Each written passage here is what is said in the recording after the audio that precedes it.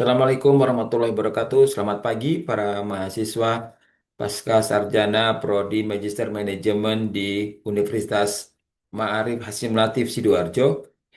Pada kesempatan pagi hari ini, bagaimana semuanya kabarnya? Sehat?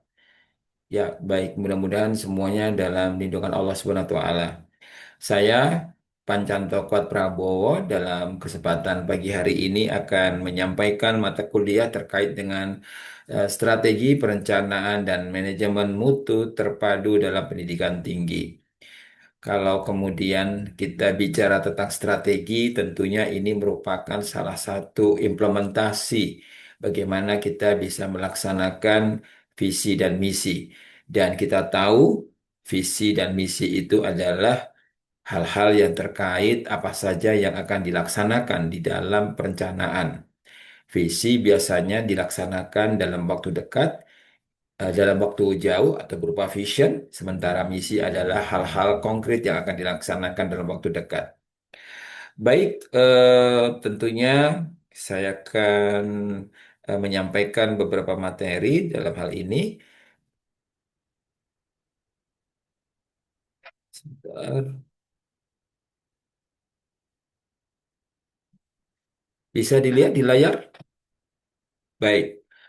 Para mahasiswa yang saya banggakan dan saya cintai, poin utama di dalam eh, materi strategi perencanaan manajemen mutu terpadu dalam perguruan tinggi itu ada tiga komponen. Poin utamanya yaitu pertama, bagaimana definisi mutu. Semua perguruan tinggi, semua dalam dunia pendidikan tentunya bagaimana bisa mempunyai mutu, bagaimana bisa mempunyai eh, definisi mutu, bagaimana karakteristiknya, produknya. Artinya definisi mutu itu apalah? Adalah bagaimana sebuah perguruan tinggi mempunyai reputasi. Reputasi terkait dengan apa saja latar belakang yang mereka miliki, produknya apa saja, jasanya apa saja yang bisa memenuhi dan melampaui sesuai dengan harapan pelanggan. Dalam hal ini pelanggan tentunya para mahasiswa. Dalam hal ini tentunya lebih spesifik lagi yaitu prodi pascasarjana yaitu Magister Manajemen. Baik, untuk yang kedua adalah tujuan. Tujuan dalam strategi perencanaan manajemen mutu terpadu dalam perguruan tinggi itu adalah tujuannya adalah bagaimana bisa memberikan satisfied, kepuasan terhadap pelanggan eksternal dalam hal ini para saudara-saudara semua yaitu para mahasiswa dan tentunya juga memberikan kepuasan satisfied kepada internal kampus. Bagaimana kemudian bisa mendapatkan match and link-nya dari antara kepentingan kampus dan kebutuhan mahasiswa. Ini yang kemudian terekam dalam sebuah tujuan. Nah, kemudian yang ketiga adalah bagaimana kemudian kita bisa mengukur bagaimana poin utama ini. Segala sesuatu di dalam strategi tentunya kita mempunyai tujuan, objektifnya apa, dan tujuan setelah strategi tersebut pasti punya ukuran dan itu harus mempunyai pembobotan. Ukuran itu pasti ada dasarnya, ada eh, bisa kita lihat ada benchmarknya begitu. Nah, ukuran itu apa saja yang kemudian di dalam poin utama yaitu bagaimana relevansinya yang terkait di dalam strategi perencanaan, bagaimana situasi iklim akademik, sistem akademik, apakah perguruan tinggi tersebut sudah mempunyai, sudah melakukan akreditasi, misalnya seperti itu. Bagaimana kemudian iklim akademik itu memberikan peluang kepada para mahasiswanya untuk eh, berlomba-lomba atau memberikan kesempatan para mahasiswanya untuk mengaktualkan diri dalam penelitian seperti itu. Kemudian bagaimana mengukur manajemen internal. Manajemen internal dalam hal ini tentunya bagaimana sistematika yang ada para mahasiswa, para dosen, para staf pengajar, termasuk para rektor, direktur, sampai kemudian wakil rektor dan sebagainya. Nah, ini merupakan hal-hal yang ada di dalam satu circle manajemen internal yang harus diukur. Kemudian bagaimana berkelanjutannya. Mutu itu diikuti dengan kelanjutan. Kelanjutan dari apa? Dari semua strategi yang dibuat. Sehingga berkelanjutan itu dilakukan dengan melakukan continuous improvement, melakukan yang selalu memberikan yang terbaik gitu ya. Nah, itu yang kemudian diikuti dengan efisiensi dan tidak lupa bahwa di dalam ukuran itu ada metode leadership atau kepemimpinan dan keadilan. Oleh karena itu, tiga hal poin utama tadi, definisi mutu, tujuan, ukuran, menjadi hal yang utama di dalam apa? Di dalam strategi perencanaan manajemen yang terpadu di dalam perguruan tinggi. Ada yang mau bertanya? Baik, nanti kita untuk lanjutkan dengan diskusi ya. Nah, kalau Pak Anda semua melihat grafik ini, kira-kira ini apa ini bentuknya?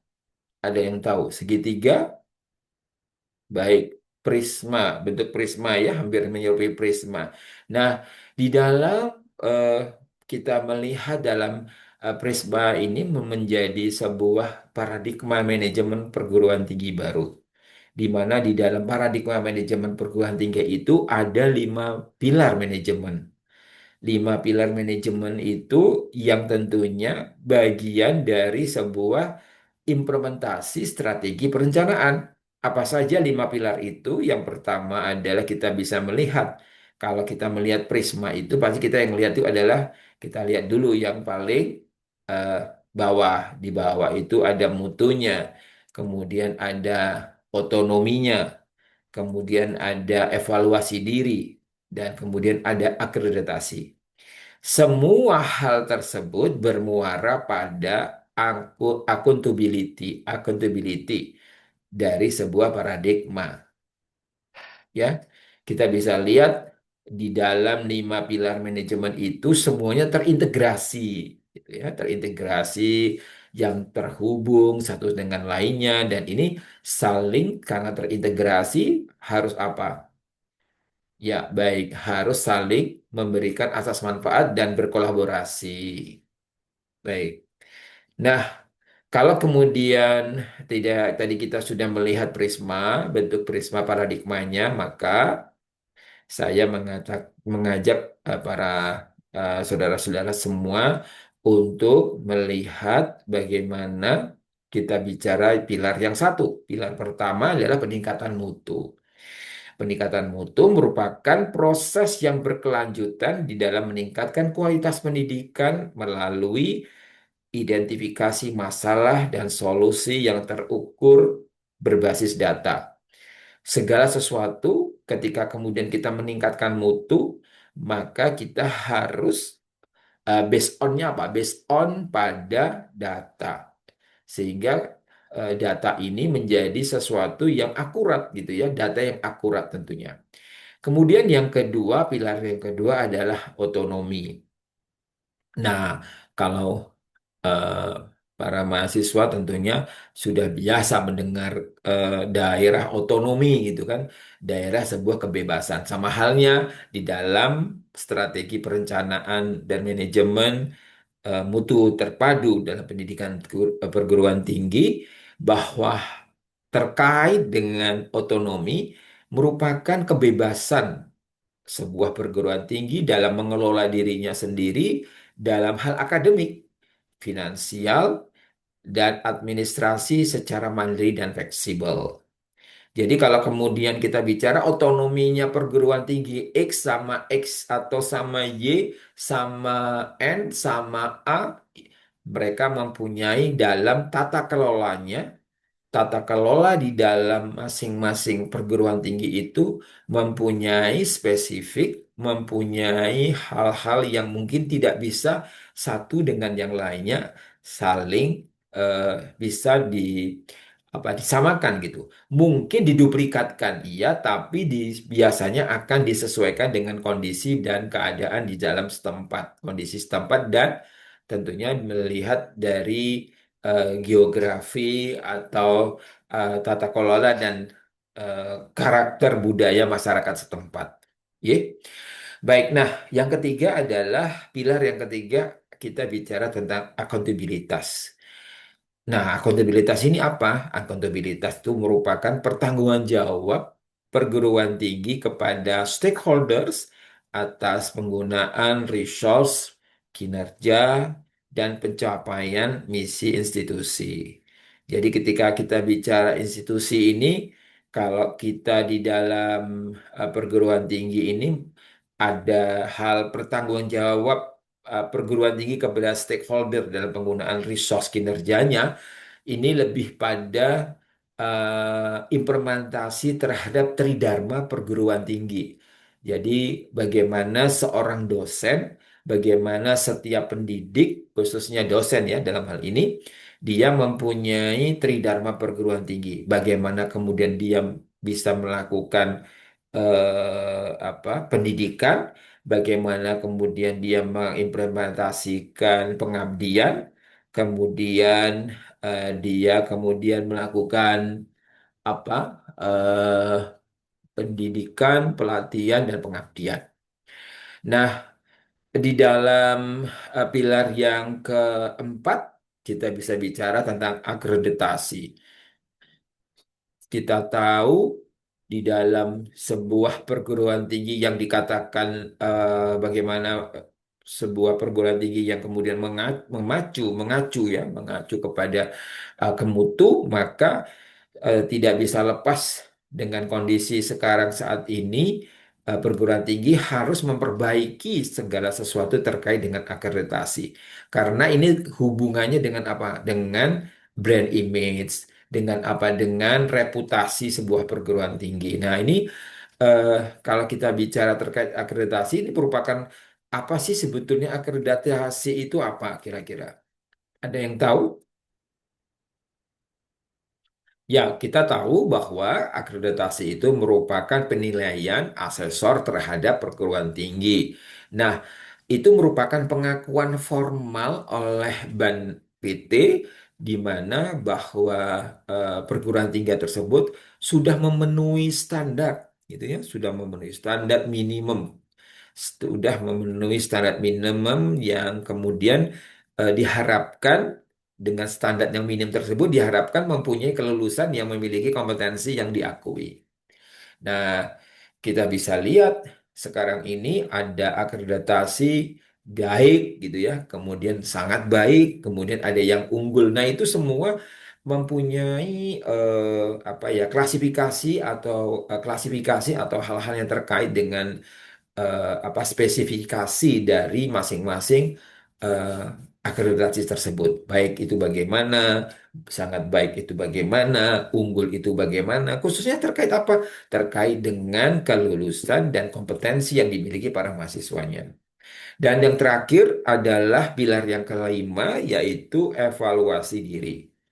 Kita tahu bagaimana kemudian segala sesuatu yang terkait dengan eh, kita dalam hal ini sebagai perguruan tinggi yang eh, berdasarkan Islam gitu ya. Kita harus yang melakukan yang kalau dalam agama Islam itu kan ada muhasabah gitu. Introspeksi begitu. Nah, ini termasuk di dalam strategi perencanaan manajemen mutu terpadu dalam pendidikan tinggi itu ada tahapan, yaitu tahapan evaluasi diri, di mana merupakan refleksi sistematis perguruan tinggi untuk mengidentifikasi kekuatan, kelemahan, dan peluang improvement secara jujur dan transparan. Ini kalau kita melihat sekarang ini banyak perguruan tinggi yang kemudian dia mempunyai pasti harus melakukan seperti analisa SWOT itu ya. Mungkin eh, bapak-bapak, ibu semua, Anda semua sudah mengetahui dan sudah memahami apa itu SWOT. Apa SWOT? Yang tahu bisa? SWOT itu pertama Ya, betul. Strength. Kemudian weakness. Kemudian opportunity. Kemudian opportunity, terakhir threat. Betul. Baik. Nah, oleh karena itulah yang menjadi kekuatan bisa mengetahui kekuatan, kemampuan, kelemahan sehingga ketika kita bisa menilai diri kita, mengevaluasi diri kita, maka kita akan tahu bagaimana kemudian kita melangkah ke depan, bagaimana kemudian kita mengimplementasikan ke depan, bagaimana kemudian kita bisa meningkatkan mutu dan kualitas daripada perguruan tinggi itu. Ya, baik. Mungkin ada yang mau ditanyakan? Baik, kalau tidak ada yang ditanyakan, maka saya akan menutup materi pada kesempatan pagi hari ini bahwa kita bicara tentang strategi perencanaan manajemen mutu terpadu dalam pendidikan tinggi itu terkait dengan apa saja ada lima, betul, yaitu peningkatan mutu, bagaimana kemudian dia mempunyai otonomi sebuah perguruan tinggi, bagaimana kemudian accountability, pertanggunggan jawab gitu ya, perguruan tinggi kepada stakeholder, kemudian yang keempat, bagaimana kemudian perguruan tinggi tersebut bisa diakui, bisa dipercaya dengan akreditasi. Kemudian yang kelima adalah kemudian perguruan tinggi tidak lepas dari yang namanya merefleksikan sistematis yang sudah berjalan, kemudian dengan melihat kekuatannya, kelemahannya, dan peluangnya untuk maju ke depan. Itu resume pada pembelajaran pagi hari ini. Eh, Kalau tidak ada yang ditanyakan, saya akhiri. Terima kasih kepada para mahasiswa. Kita bisa bertemu pada kesempatan minggu depan ya, dalam materi yang berbeda. Terima kasih. Assalamualaikum warahmatullahi wabarakatuh.